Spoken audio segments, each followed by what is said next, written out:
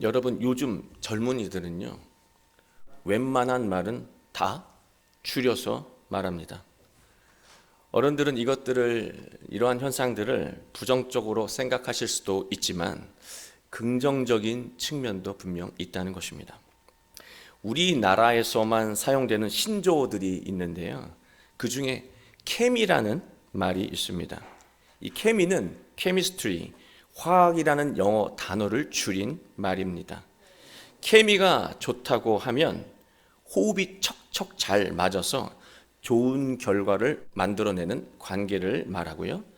케미가 나쁘다고 하면 호흡이 잘 안 맞아서 일하는 과정이 힘들고 결과도 나쁘게 나오는 관계를 뜻합니다. 저는 이 케미라는 말이 인간의 속성을 잘 대변한 신조어라는 생각을 합니다.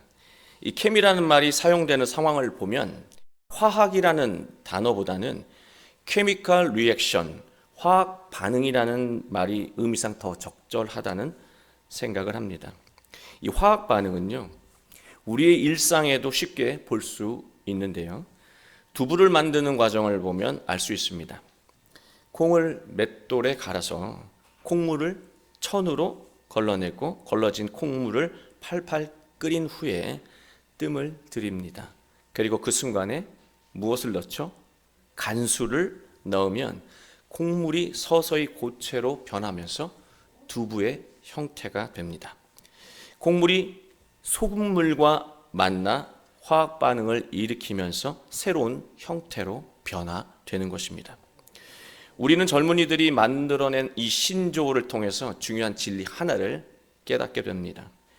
콩물을 아무리 정성껏 끓여도 콩물이 소금물을 만나지 못하면 콩물은 가마솥이 새까맣게 탈 때까지 아무런 변화도 일어나지 않을 것처럼 사람도 누군가를 만나서 화학 반응을 해야 삶이 변화되고 결실한다는 것입니다.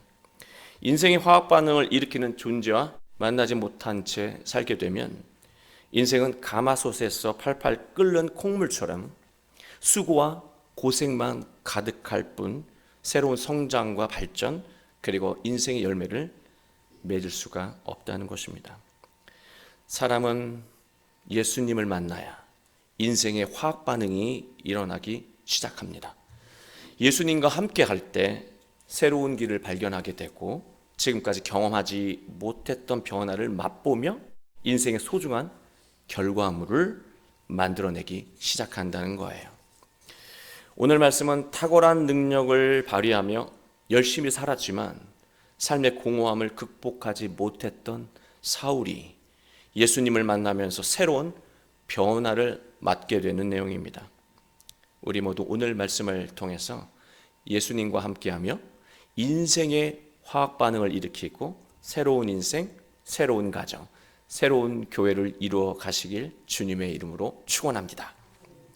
오늘 말씀은 사울이 다메섹에서 예수님을 만나는 장면입니다. 사도행전 이 내용을 3번이나 다루고 있습니다. 그만큼 중요한 것이겠죠.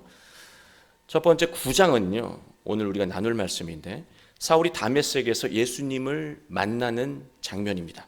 그리고 22장, 두 번째 나오는 22장은 예루살렘에서 바울이 유대인에게 다메섹에서 경험했던 일을 말하는 것입니다. 그리고 끝으로 26장은요, 아그리빠 왕 앞에서 말하는 것입니다. 내용은 큰 틀에서 비슷합니다. 그러나 세부적인 내용과 강조점이 조금씩 다릅니다. 바울은 만나는 청중에 따라 같은 얘기로 다른 반응을 의도했던 거예요. 오늘은 9장 말씀, 9장 내용을 나누겠습니다. 성경은 예수님을 만나기 전에 바울을 사울이라고 말합니다. 사울은 어떤 사람입니까? 길리기아 다소에서 태어났습니다. 이 다소라고 하는 도시는요, 로마의 황제들과 귀족들이 휴가를 보내는 문화가 발달한 도시였습니다. 사울은 베냐민 지파입니다. 유대인의 순수 혈통이었던 것이죠. 또 사울은 가말리엘에게 율법을 배웠습니다. 최고의 신앙 교육을 받은 사람입니다. 사울은 헬라 철학의 조예가 깊었습니다. 당시 세상 지혜에 밝은 사람이었다라고 하는 거예요. 또 사울은 모든 일에 열정적이고 성실한 사람이었습니다. 삶의 태도가 된 사람이에요. 또 사울의 신분은요, 로마의 시민이었습니다. 신분 계급이 높은 사람이었다는 거예요. 또 무엇보다 사울은 하나님에 대한 믿음이 깊은 사람이었습니다. 유대인의 관점으로 보나 헬라인의 관점으로 보나 사울은 흠잡을 데가 없는 사람이었습니다. 사울은 하나만 해당해도 부러워할 만한 내용을 7, 8, 9개를 가지고 있었던 사람이었습니다. 그러나 문제가 있습니다. 사울은 불행했다는 거예요. 26장을 보면 예수님은 사울의 인생을 이렇게 평가하셨습니다. 가시채를 뒷발질하기가 내게 고생이니라. 열심히 살려고 발버둥 칠수록 삶의 아픔만 가득하고 고생스럽기만 한 것이 사울 너의 인생이었다라고 말씀하시는 거예요. 세상에 좋은 조건을 다 가진 사람이 왜 이런 불행을 겪고 있었을까요?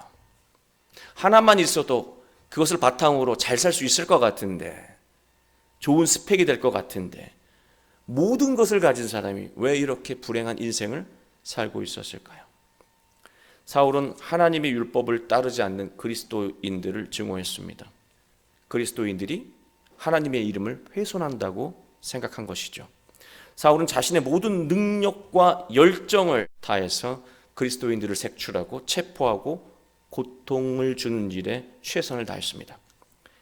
사울의 이 뛰어난 능력들이요, 자기 의로움과 분노와 합쳐져서 화학 반응을 일으킨 거예요. 이 뛰어난 능력이 자기 의로움과 분노와 합쳐져서 이런 결과를 낳았다라고 하는 것입니다. 그러다 우연히 사울은 스데반이 처형당하는 장면을 목격하게 됩니다. 사울의 입장에서 스데반은 죽어마땅한 사람이었지만 죽는 모습은 충격적이었습니다. 스데반은 죽는 순간에 자신을 죽이는 사람들의 이 죄를 용서해 달라고 기도했습니다. 사울은 지금까지 그리스도인을 비난하고 잡아가두며 피눈물 나게 하는 일만 해왔습니다. 그런 사울에게 스데반의 마지막 모습은요, 놀라움 그 자체였습니다. 사람이 어떻게 저 상황에서 아무리 잘못했다 하더라도 저 상황에서 저런 태도를 보일 수 있는 것일까? 스데반의 마지막 모습은 사울에게 자신의 삐뚤어진 의로움과 공허한 열정의 민낯을 보게 하는 거울이 되었습니다. 사울은 스데반과 만나면서 인생의 화학 반응이 일어나기 시작한 거예요. 그러나 인생을 완전히 바꿀 만큼은 아니었습니다. 사울은 열심히 신앙생활을 할수록 불행해지고 있는 자신을 보면서 자기 신앙의 모순을 느끼기 시작한 것 뿐입니다. 여기까지예요. 9장 1절 2절을 보면 사울은 여전히 살기 가득한 모습으로 그리스도인들을 닥치는 대로 잡기 위해 다메섹으로 향하고 있었습니다. 사울이 다메섹에 거의 도착할 무렵에 놀라운 일이 일어났습니다. 예수님이 사울에게 찾아오신 거예요. 사울은 예수님의 음성을 처음으로 듣게 됩니다. 4절을 보시면 사울아 사울아 네가 어찌하여 나를 박해하느냐. 사울은 말합니다. 주여 누구시니까? 여기서 우리가 놓치지 말아야 할 것이 있습니다. 길을 가다가 갑자기 만나면 당신 누구요? 라고 하는 것이 보통 질문인데 주여 누구시니까? 라고 말하고 있습니다. 이 말을 헬라어 원어대로 직역을 하면 이렇게 됩니다. 주님, 당신은 누구입니까? 완전 의미가 다르죠? 누구요? 이런 게 아니고요. 주님, 당신은 누구입니까? 사울의 이 질문은요, 예수님의 존재에 관한 질문이었습니다. 당신은 대체 어떤 분이시기에 당신을 믿는 사람들은 자신을 죽이는 사람들을 용서하고 체포당해도 두려워하지 않고 언제나 당당하며 감사하며 살 수 있습니까? 당신은 누구시기에 당신을 따르는 사람들은 이러한 삶을 살 수 있다는 말입니까? 주님, 당신은 누구입니까? 예수님은 말씀하십니다. 나는 네가 박해하는 예수다. 이 말도 직역을 해야 합니다. 나 예수야. 네가 그렇게 미워하는 예수야. 그 의미가 아니에요. 예수님의 존재의 의미를 밝히는 대답입니다. 직역하면 나는 나이다. 곧 네가 박해하는 예수다. 이 나는 나다라고 하는 말은요, 이미 구약에서 하나님이 하신 말씀이에요. 출애굽기 3장 14절을 보면 호렙산에서 하나님이 모세에게 내 이름이 무엇인지 가르쳐주는 그런 상황에서 말씀하신 하나님의 이름이었습니다. 나는 나다가 바로 하나님의 이름이었던 거예요.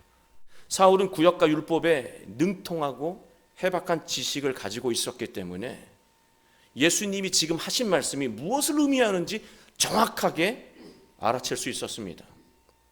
예수님이 곧 하나님과 같은 분이고 하나님의 아들임을 깨달은 거예요. 사울은 예수님을 만나고 인생을 변화시키는 화학 반응이 본격적으로 일어나기 시작했습니다. 지금까지 확신해온 율법주의 신앙이 얼마나 어리석은 것인지 깨닫게 되었고요. 또 지금까지 열심히 해온 일들이 알고 보니 자신을 괴롭혀온 일이었고 하나님을 슬프게 해온 일이었음을 깨닫게 된 거예요.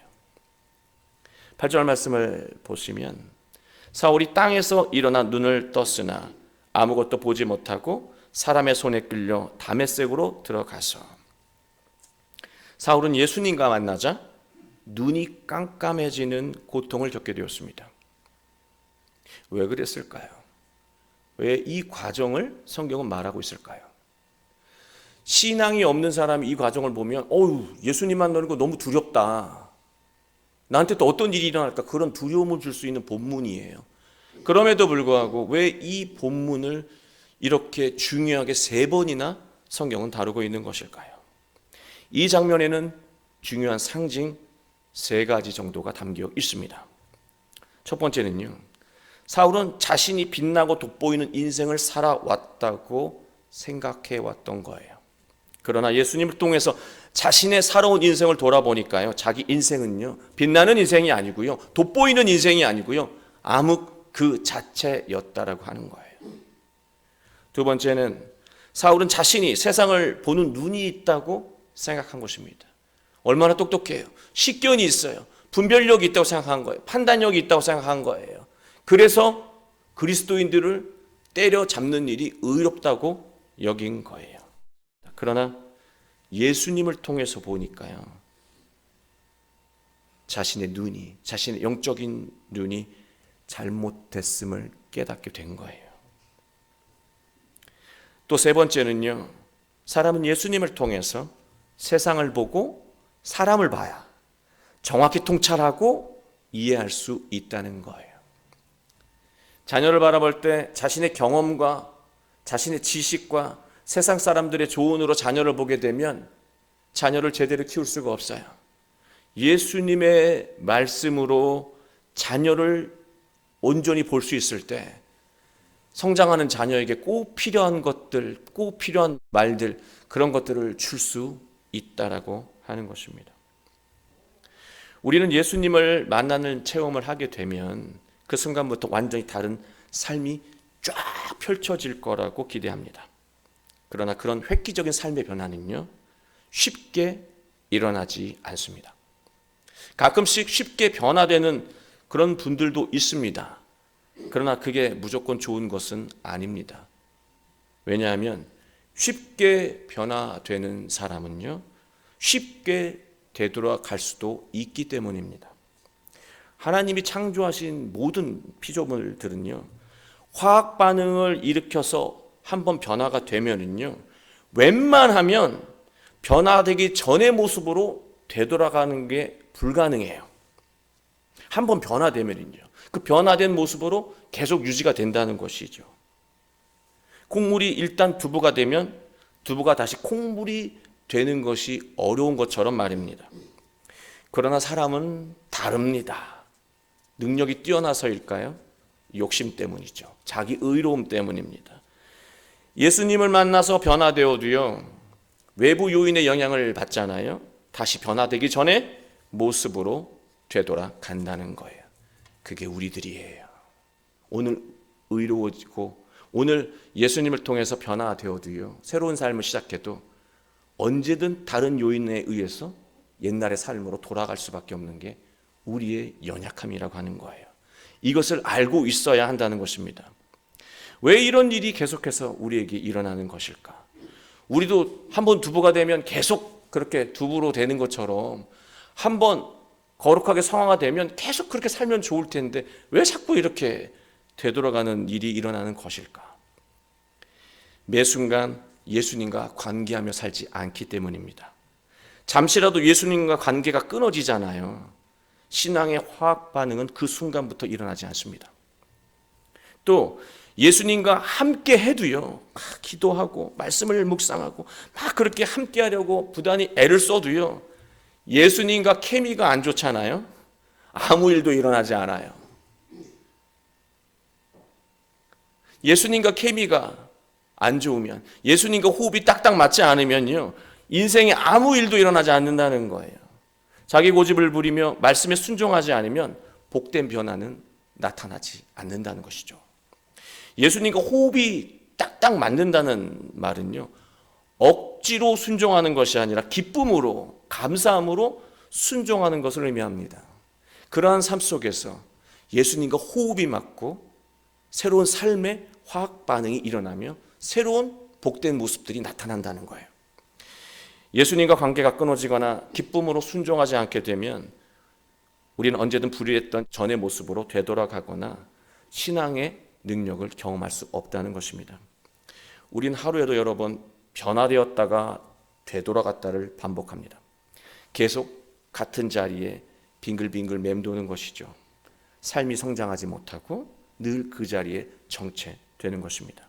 항상 예수님을 통해 말하고 행동하며 순종할 때 우리는 새로운 은혜를 경험할 수 있습니다. 사울은 예수님을 만나고 심한 고통을 겪고 있을 때 예수님은 사울에게 아나니아를 보내주셨습니다.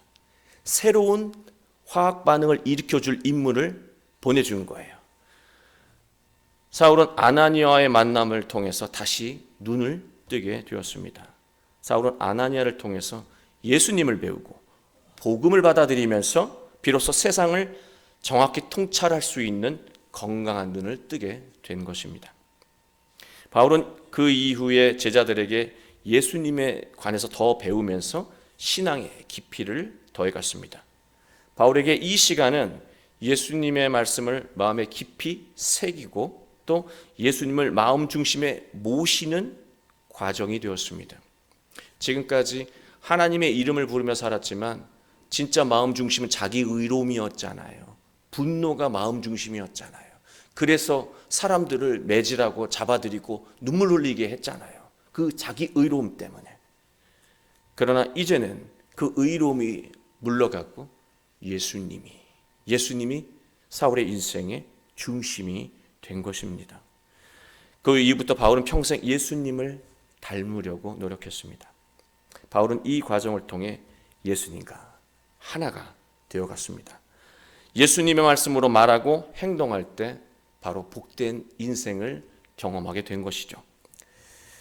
예수님과 예수님의 영과 화학 반응을 일으켜서 나오는 바울의 말은요, 절망한 사람들에게 은혜와 감동을 주었고 복된 삶의 방향을 제시했습니다. 또 예수님의 말씀과 화학 반응을 일으켜 나오는 바울의 가르침은요, 자기 생각에서 나온 가르침이 아니라 예수님의 말씀과 화학 반응을 일으켜서 나온 바울의 가르침은 인간의 철학이 담을 수 없는 인간을 구원하는 실제적인 지혜가 되었습니다. 예수님의 믿음과 화학 반응을 일으켜 나온 바울의 행동은요, 침몰할 것 같은 배 위에서는 담대한 리더십으로 드러났고요. 절망의 순간에는 탁월한 분별력으로 드러났으며 약한 사람들 앞에서는 따뜻한 사랑으로 드러났고 포악한 사람들 앞에서는 당당함과 용기로 드러났습니다. 바울의 행동은 바로 불의한 사람들을 압도할 수 있었다는 거예요. 어떻게? 예수님과 연합해서 화학 반응을 일으켰기 때문에 그게 가능했다라고 하는 거예요. 우리는 어떤 모양으로든 이미 예수님을 만났고 변화를 경험했던 사람들입니다. 그러나 우리가 예수님을 마음 중심에 모시지 않고 자기 중심으로 살게 되면 우리는 다시 변화되기 전의 모습으로 돌아갈 수밖에 없습니다. 우리는 죽는 순간까지 예수님을 겸손히 배우고 묵상하며 예수님을 닮기 위해 노력해야 합니다. 예수님을 따르다가 인생의 막힘을 경험하게 되면 우리는 예수님과 함께하는 시간을 더 늘려가야 돼요. 더 자주 가져야 하는 것입니다. 그러면 예수님은 우리 인생에 반드시 신앙의 인생의 화학 반응을 일으키시면서 우리의 잠재력을 또 우리의 능력을 일깨우시고 인생의 복된 열매를 맺게 하실 것입니다. 행복한 인생은요, 예수님과 케미가 좋은 사람에게 이루어지는 거예요. 행복한 가정은요, 한 사람만 예수님과 케미가 좋으면 안 되고요, 모든 가족들이 예수님과 케미가 좋을 때 그 가정이 행복해지는 것입니다. 사랑하는 성도 여러분, 우리는 바울의 인생을 통해서 진리 하나를 깨닫게 됩니다. 세상의 모든 것을 가져도요, 예수님을 통해서 새로워지지 않으면 인생은 불행하다는 거예요. 반대로 가진 것이 변변치 못하더라도 예수님을 통해서 새로워지면 감동적인 성과를 이루며 행복한 인생을 만들어갈 수 있다는 것입니다. 우리의 영적인 눈이 예수님을 통해 변화되어 인생의 본질을 통찰할 수 있는 영적인 시력을 갖게 된다면 우리는 모든 말과 행동으로 자신을 살리고 가족을 살리고 교회를 살리는 복된 인생을 살 수 있게 될 것입니다. 우리 모두 매 순간 예수님과 함께하며 복된 변화를 일으키는 한 주를 열어가시길 주 예수 그리스도의 이름으로 축원합니다.